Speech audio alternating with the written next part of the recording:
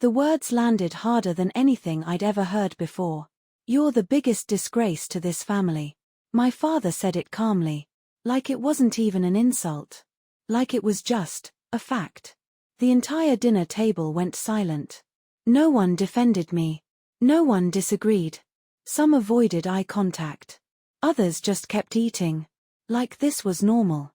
Like I deserved it. I sat there, holding my fork mid-air, trying to process what had just happened. A disgrace. To them, that's all I was. Dinner at our house was always tense. But tonight felt different. Heavier. More final. My older brother leaned back in his chair, smirking slightly. "You have to admit," he added, "he's not exactly wrong." A few quiet laughs followed. Not loud. Not obvious. But enough. Enough to make it clear where everyone stood. My mother didn't laugh. But she didn't speak either. She just stared at her plate. That hurt more than anything. Because silence is agreement. "What did I do this time?" I asked quietly. My voice sounded calmer than I felt. My father put his glass down. "You embarrassed us," he said. "How?" I asked. He scoffed. "You quit the company." I exhaled slowly. There it was. The real reason. Our family business had been everything to them. Generations of work. Reputation. Power. And I walked away from it. Not because I couldn't do it. But because I didn't want to. I wanted something different. Something mine. But to them. That was betrayal. "I didn't embarrass you," I said carefully. "I just chose a different path." My brother laughed. "A different path," he repeated. "You mean failure." I clenched my jaw. "I have a job." "Yeah," he said, "a small one. At least I'm not pretending to be successful." That hit a nerve. "You don't even know what I do," I replied. "And whose fault is that?" he shot back. "You disappeared. You stopped showing up. You think you're better than us now?" I looked around the table. Faces I had known my whole life. But suddenly, they felt like strangers. "I never said I was better," I said. "You didn't have to," my father replied coldly. "You proved it." The room fell quiet again. Then my aunt spoke. "You used to have potential," she said softly. "It's just sad." Sad. That word echoed in my mind. Not angry. Not disappointed. Sad. Like I was already a lost cause. I put my fork down. I wasn't hungry anymore. "I'm still the same person," I said. "No," my father replied instantly. "You're not." He leaned forward slightly. The son I raised wouldn't walk away from responsibility.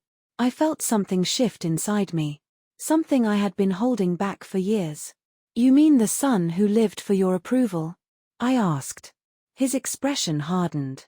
"I mean the son who understood loyalty. And what about respect?" I said quietly. Silence. No one answered. Because they didn't have one. My brother shook his head. "Here we go," he muttered. Playing the victim again. I stood up slowly. Chair scraping softly against the floor. "I'm not playing anything," I said.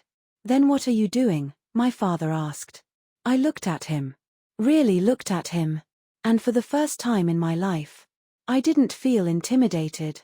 "I'm done," I said. "With what?" he asked. "With trying to prove myself to people who already decided who I am." My mother finally looked up. Her eyes were filled with something. Regret. But it was too late. My father leaned back in his chair. "So you're just going to walk away again?" I picked up my jacket. "No," I said calmly. "This time." I paused. Looking at every single person at that table.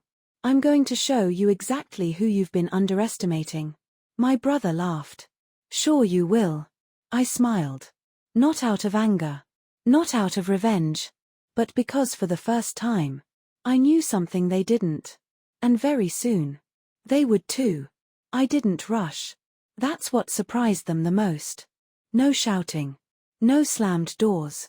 No dramatic exit. I just walked to the hallway, put on my shoes, and paused by the front door. Behind me, I could still hear them. My brother chuckling. My aunt whispering. My father saying something about attitude. I took a slow breath. Then I turned back. 1 minute, I said. They looked up, confused. What now? My father asked, irritated. I walked back to the table. Calm. Steady. Pulled out my phone. Tapped once. The TV on the wall lit up. Connected. A screen appeared. At first, just a logo. Simple. Clean. Professional. My brother frowned. What is this? I didn't answer. The screen changed. A presentation slide. Company name. Then another. Growth charts. Revenue numbers. Partnership logos. Big ones. Recognizable. My aunt leaned forward. Wait. I've seen that company before. My father's expression shifted slightly. Where did you get this? He asked. I looked at him. It's mine.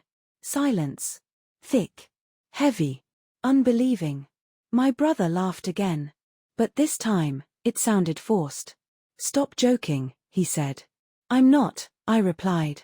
I tapped again. Final slide. My name. Full name. Title. Founder and CEO. The room froze. No one moved. No one spoke. My mother covered her mouth. My father stood up slowly. This isn't real. It is, I said calmly. I started it 2 years ago. While you thought I disappeared. I was building.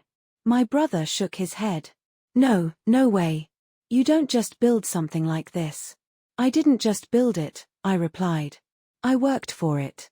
Every day. Without support. Without approval. Without you. The silence now felt different. Not judgment. Not arrogance. Shock. My father looked at the screen again. The numbers. The partnerships. The proof. His voice dropped. Why didn't you tell us? I held his gaze. Would you have listened? No answer. Because we both knew the truth. They wouldn't have. My brother leaned back slowly. All this time, he muttered. Yes, I said. All this time. My mother whispered. We thought you failed. I shook my head. No, I said softly. You just stopped believing. I picked up my jacket again. This time, no one stopped me. No jokes. No insults. No laughter. Just silence. But as I reached the door, my father spoke. Wait. I paused. Not turning around. His voice was different now. Not angry. Not proud. Just uncertain.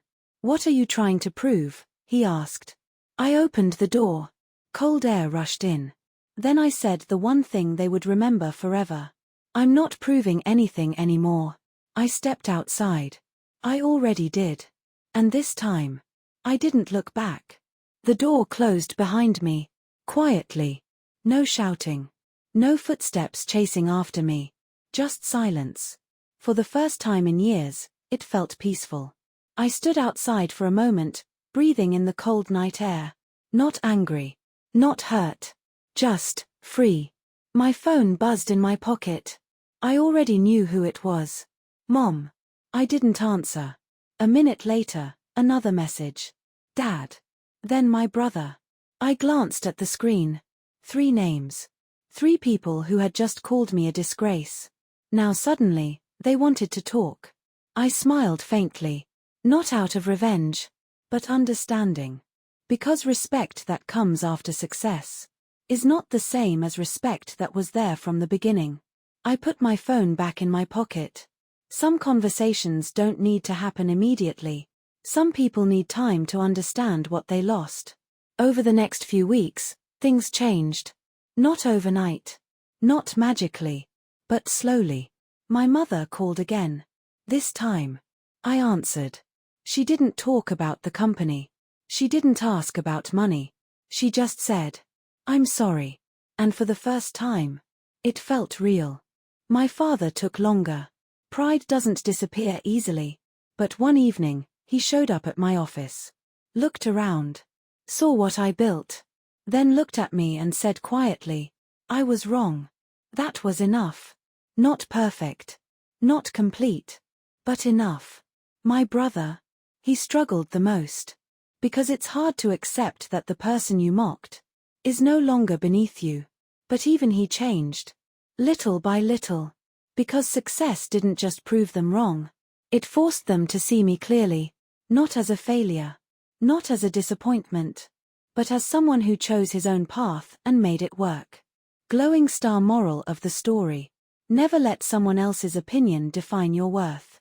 People may doubt you, ignore you, or even mock you, but your actions will always speak louder than their words. Build your life quietly, and let your success make the noise.